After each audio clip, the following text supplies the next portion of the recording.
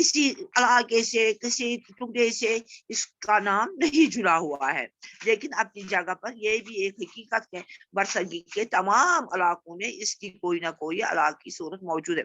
جو بھی علاقہ ہے کوئی نہ کوئی علاقے کے ساتھ اس اردو کی کوئی تعلق ہے کہ اسی انداز پر بولی جاتی ہے جس جو کوئی علاقہ ہوتا ہے، اپنے اپنے طور طرز پر اپنے اپنے یہ زبانی اثر کے تحت وہ بولتے ہیں۔ مثلاً دکنی اردو، گجراتی اردو، پنجابی اردو، سندھی اردو، کشمیری وغیرہ، تو یہ اپنے اپنے تعلق سے اردو بولتے ہیں۔ علاقائی صورت سے مراد زبان کی وہ صورت ہے، علاقے سے جو اس کا تعلق ہے اس سے مراد یہ مطلب یہ ہے جس میں مقامی ضروریات اور لب لہجہ کے اعتبار سے کچھ مخصوص لسانی خصوصیات شامل ہو گئی ہے۔ یہ ہے جس میں مقامی جو بھی مقام ہے، جو بھی جگہ ہے، ضروریات جو وہاں کی ہیں، بولنے کا طور لب لہجہ کو طور طریقہ جو ہے ان کے، اس غرض سے کچھ مخصوص زبانی خصوصیات اس میں پائی جاتی ہیں۔ وہاں کے طور طریقے، اٹھنے بیٹھنے، جو وہاں کا اثر ہے اس کے اثرات اس میں ضرور پائے جاتے ہیں۔ عام طور پر جب ہم اردو زبان کی بات کرتے ہیں تو ہمارے ذہن میں اردو کا ایک معیاری روپ ہوتا ہے، جو اپنا مقام ہے اردو کا، اپنا یہ درجہ ہے اردو کا، معیار ہے، وہ جو کسی علاقے اور خطے کی نشاندہی نہیں کرتا ہے۔ اس میں کسی خطے کی نشاندہی نہیں، کسی علاقے کی، لیکن جب ہم کسی علاقے خطے کی اردو کی بات کرتے ہیں تو فوراً اس علاقے اور خطے سے وابستہ لسانی خصوصیات ہمارے ذہن میں آتی ہیں۔ جو ان کے بولنے کا طور طریقہ ہے وہ ہمارے ذہن میں آتا ہے کہ اس علاقے کا، اس خطے کا۔ اردو برصغیر کی ایک زبان ہے، واحد زبان ہے جس نے اپنے ارتقاء جو اس کی ترقی ہوئی ہے، ارتقاء جو اس کی ہوئی ہے، اردو کی جو ترقی ہوئی ہے، جو اس نے نشو و نما پائی ہے، یہ پیدا ہوئی ہے اردو زبان، تو مختلف نام اختیار اس زبان نے کیے ہیں جب اس کی شروعات ہوئی ہے، جب اس زبان کو شروع کیا گیا ہے۔ مثلا مسلمانوں کے دور ہندوستان کی سرکاری زبان جو تھی وہ فارسی تھی۔ جب مسلمان حکومت، مغل جب ہندوستان میں کرتے تھے حکومت، تو اس وقت مغل دور جو ہندوستان میں تھا، مسلمان حکومت کرتے تھے ہندوستان میں، تو وہاں کی زبان، سرکاری زبان جو تھی وہ فارسی تھی۔ اس سے فارسی کے مقابلے میں اس کا نام ہندی یا زبان ہندوستان رکھا گیا۔ اس فارسی کے مقابلے میں اس کا نام جو رکھا گیا ہندی یا زبان اردو اس کا نام رکھا گیا ہے۔ جعفر زندلی جو عہد اورنگزیب کے ایک اہم طنز نگار شاعر، جو ایک آدمی تھے اورنگزیب کے وقت میں، جب اورنگزیب ہندوستان میں یہ حکمران تھے، تو ایک طنز نگار شاعر تھے جو طنز کرتے تھے، لکھتے تھے، قصہ جس کو ہم کہتے ہیں تو کرتے تھے۔ اس نے ہندی کا نام اس کو، اردو جو ہے، اردو زبان جو ہے اس کو اس نے ہندی کا نام دیا ہے۔ جبکہ ملا واجی جو ایک بہت بڑے رائٹر تھے، لکھنے والے تھے، ملا واجی تو دکن کے قطب شاہی دور کے ایک اہم شاعر و نثر نگار نے اپنی کتاب صبرس میں اس کو ہندی کے ساتھ ساتھ زبان ہندوستان بھی کہا ہے۔ اس نے کیا کہا، ملا واجی نے کیا کہا، دکن کے قطب شاہی دور میں جب وہ قطب شاہ جب حکومت کرتے تھے اس کے وقت میں اس نے کیا کہا، ایک اہم شاعر تھے وہ، اور نثر نگار، نثر بھی لکھتے تھے اور شاعری بھی لکھتے تھے۔ اس نے اپنی کتاب جو اس نے کتاب لکھی ہے صبرس، تو اس میں اس نے ہندوستان کے ہندی کے ساتھ ساتھ زبان ہندوستان بھی اس کو کہا ہے، ہندوستان کی زبان اس کو کہا ہے اردو کو۔ اہل دکن جو دکن کے رہنے والے تھے، ان کو دکنی، اور اہل گجرات نے اس کو گجری تو کہا، اہل دکن کے لوگوں نے اس کو دکنی اور گجرات کے لوگوں نے اس کو گجری یا بولی گجرات بھی کہا ہے، گجرات کی بولی بھی کہا ہے۔ امیر خسرو اردو کے پہلے شاعر نے اس کو دہلوی کہا ہے۔ جو پہلے شاعر امیر خسرو جو اردو کے پہلے شاعر تھے، اس نے اس کو دہلوی کہا ہے۔ جبکہ میاں تقی میر نے اسے زبان اردو مولا کے نام سے، یا میاں تقی میر جو بہت بڑے شاعر تھے، اس نے اردو مولا کے نام سے اس کو یاد کیا ہے، بتایا یہ اردو مولا ہے۔ دہلی میں چونکہ یہ زبان زیادہ مضبوط اور پختہ ہو گئی، دہلی میں یہ زبان زیادہ مضبوط، طاقتور اور پختہ بھی بن گئی، مضبوط بھی بن گئی، اس لیے یہاں اس کو ریختہ کہا۔ ریختہ اس کو کہا جاتا ہے جس میں مختلف زبانوں کے الفاظ شامل تھے، اس لیے اس کو ریختہ کہا جائے. اس میں سنسکرت الفاظ، فارسی کے الفاظ، عربی کے الفاظ، دکنی الفاظ، دکن کے الفاظ یا اس میں تھے، اس لیے اس کو کہا گیا ریختہ زبان جو فوج میں بولی جاتی ہے. فوج کے آدمی، یعنی پہلے ہی آپ کو کہا کہ فوج میں مختلف علاقوں کے لوگ تھے، وہ ایک دوسرے کی بولی کو نہیں سمجھ پاتے تھے، اس لیے اردو بنائی گئی تاکہ سب لوگ اس کو بول سکے. اور اس زبان کا جدید ترین نام، نیا نام جو ہے، اب دنیا کے لسانی نقشے میں اس نے اسی نام سے یہ زبان بولی جاتی ہے. جو دنیا کا نقشہ ہے زبانوں کا، اسی نام سے بولا جاتا ہے. اردو صحیح معنوں میں ایک مخلوط یا ملی جلی زبان ہے. یہ مخلوط زبان ہے اور ملی جلی، اس میں بہت سارے الفاظ شامل، بہت سارے زبانوں کے الفاظ شامل ہے. یہ برصغیر میں مسلمانوں کی آمد کے بعد عربی، فارسی، ترکی اور بعض مقامی بولیوں کے میل جول اور ہندو اور مسلمانوں کی سماجی اور معاشرتی ضرورت کے پیش نظر زیادہ ابھر کر سامنے آئی. جو ہندوستان کے مسلمان تھے، ہندو تھے، ان کی ضرورت کے مطابق یہ زیادہ یہ اوپر کو سپیت کھسن، زیادہ عروج حاصل کرن، تمکن آئی زیادہ آئی وجودس مز. مسلمان کی آمد سے کچھ عرصہ پہلے جب مسلمان ہندوستان میں آئے، اس سے کچھ وقت پہلے جدید آرائی زبانوں کی ابتدائی صورتیں نمودار ہو گئی تھی. جو جدید نئے طریقے تھے اردو زبان کے، ابتدائی صورتیں اس نے اختیار کی ہیں، لیکن اس کی کوئی خاص اہمیت نہیں تھی.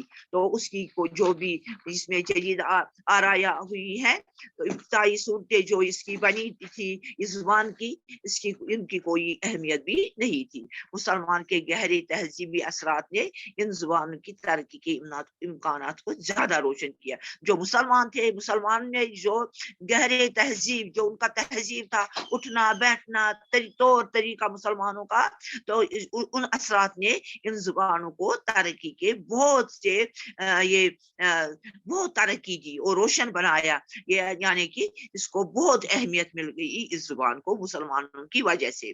بقول ایک مشہور ماہر زبان ڈاکٹر سینتی کمار چٹرجی، اگر مسلمان ہندوستان نہ آتے تو جدید ہند آرپائی زبانوں کے ارتقاء میں 1000 کی اگر مسلمان نہیں، اس نے کہا کہ اگر مسلمان ہندوستان میں نہیں آتے تو جو نئی زبانیں بن گئی ہیں، ان کو ہندوستان تک پہنچنے میں بہت سا وقت لگ جاتا تھا. پھر تو انہی کی وجہ سے، انہی کے اثرات کی وجہ سے ان زبانوں نے ترقی کی، یہ بہت جلد ارتقائی منزلیں طے اور ترقی کی منزلیں انہوں نے بہت جلد طے کی، بہت جلد یہ آگے بڑھی یہ زبانیں. تو ان میں جدید ہند آرپائی زبانوں میں سے ایک زبان جو بعد میں مختلف نام تبدیل کر دے اردو کہلائی، اس سے یہ زیادہ ابھر کر سامنے آئی. تو بہت سارے نام اس نے تبدیل کیے، آخر میں اس کا نام اردو رکھا گیا، اور یہ بہت جلد سب کے سامنے آ گئی اور بہت ہی پھول کر یہ سب کے سامنے آ گئی، ابھر کر یہ سب کے سامنے آ گئی. تو کیونکہ یہ خاص طور سے اپنے اندر عربی اور فارسی الفاظ جذب کرتی گئی. اس میں عربی الفاظ بھی تھے، فارسی الفاظ بھی تھے جو اس نے اپنے اندر جذب کیے تھے. جذب کرنا کو چوسنا، اس نے چوس دیے تھے وہ الفاظ، اور آہستہ آہستہ کم سے کم لفظی سطح پر فارسی سے قریب تر ہوتی گئی، اور یہ فارسی کے قریب جاتی گئی، فارسی کے نزدیک یہ پہنچ گئی. اردو ان کے ساتھ وہاں چلی گئی اور فارسی کے ساتھ ساتھ وہاں کی مقامی خصوصیات کو بھی اپنے اندر جذب کرتی گئی. اردو ان کے ساتھ وہاں چلی گئی جہاں بھی مسلمان گئے، اردو ان کے ساتھ وہاں گئی جن علاقوں میں مسلمان گئے، اور فارسی کے ساتھ ساتھ وہاں کے مقامی حالات وغیرہ کو اپنے اندر یہ جذب کرتی گئی، چوستی گئی. فارسی اور مقامی خصوصیات کی اس آنکھ مچولی کے سبب ماہرین نے اس کی جائے پیدائش سے مختلف متعدد نظریے پیش کیے. جو اردو بنی ہے اس کے مختلف نام رکھے گئے ہیں. تو اس کے پیدا ہونے میں، اردو کے پیدا ہونے میں پیدائش سے متعلق مختلف یہ نظریہ پیش کیے گئے. کچھ نے کچھ کہا ایسے اردو شروع ہوئی, کچھ نے اور کچھ کہا ہے. کوئی یہ کہتا تھا کہ اردو دکن میں پیدا ہوئی ہے, تو کسی نے دعویٰ کی, کوئی بولتا ہے دکن میں پیدا, کوئی یہ دعویٰ کرتا ہے کہ اردو سندھ میں پیدا ہوئی, وہی بنی ہے سندھ میں, جس کا نظریہ یہ ہے کہ اردو کی جائے پیدائش دہلی ہے. تو کوئی کہتا ہے کہ اردو جو ہے یہ دہلی میں پیدا ہوئی, دہلی اس کی پیدائشی جگہ ہے. تو کوئی کہتا ہے کہ اردو کا تعلق سرزمین پنجاب سے ہے, کوئی کہتا ہے پنجاب میں اردو وجود میں آئی. دراصل اردو زبان ایک مرکب زبان, مرکب جس میں ایک سے زیادہ الفاظ شامل ہے. تو مرکب تہذیب کی یعنی کہ اس میں ایک ہی تہذیب نہیں ہے شامل, اس میں بہت سارے تہذیب شامل ہے اس اردو زبان میں. تہذیب کی کسی راو نے اس کو کسی علاقے کسی مخصوص وقت میں جنم دیا ہے, اس سے جو تہذیب اس کے ساتھ رہی ہے تو اس تہذیب نے کسی علاقے میں یہ اردو نے جنم لیا ایک وقت, دوسرے علاقے میں دوسرے وقت اردو نے جنم لیا, یعنی کہ وہاں بولی جانے لگی یہ اردو کتاب, اردو زبان. اس کا اندازہ کرنا مشکل ہے کہ اس لیے کہ اردو محض ایک زبان کا نام نہیں ہے. اردو جو ہے یہ ایک ہی زبان کا نام نہیں ہے بلکہ ایک تہدار زبان ہے. اس میں بہت سارے پہلو ہیں یہ اس زبان میں.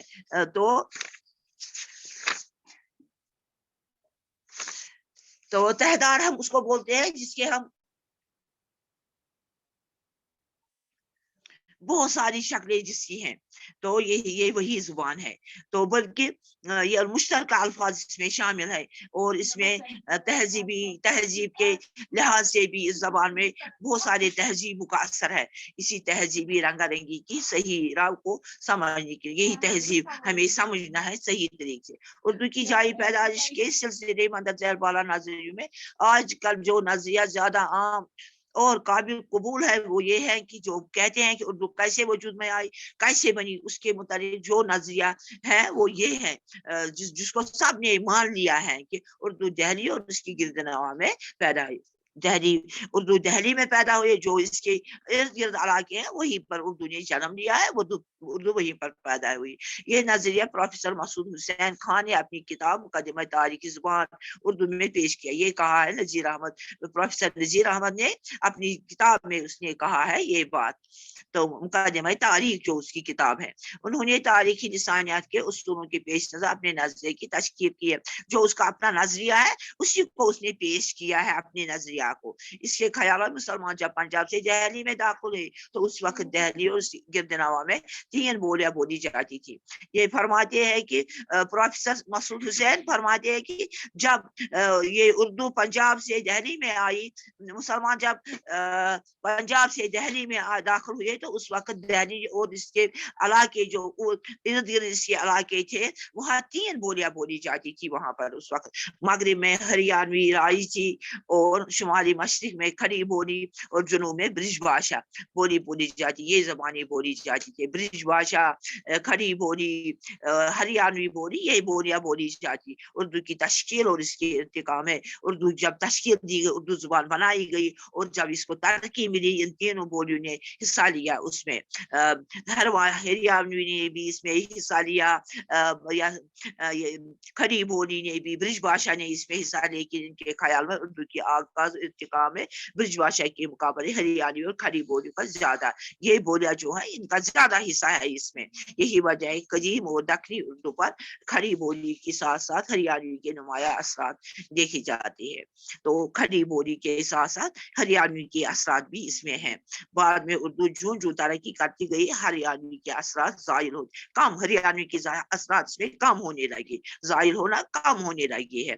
یہاں تک کہ شمالی ہندوستان میں 18ویں صدی کے واسطے میں درمیان میں 18ویں صدی کے درمیان تحریکی زبان اصلاح کے دور شاہ حاتم اور اس کے معاصرین نے ان اثرات کو ختم کر دیا. جو اس میں یہ تھی ہریانوی اثرات, کھڑی بولی کے اثرات, باقی اثرات جو شاہ حاتم جو تھے اس نے ان اثرات کو ختم کیا. تو آج بس اتنا ہی. تو آج میں نے آپ کو یہ سب سمجھایا اردو کہاں پیدا ہوئی. تو انشاءاللہ کل ہم اس کی توضیحات پڑھیں گے اور اس کے جو ہے سوال وغیرہ ان کے بارے میں آپ کو بتاؤں. والسلام ورحمۃ اللہ وبرکاتہ.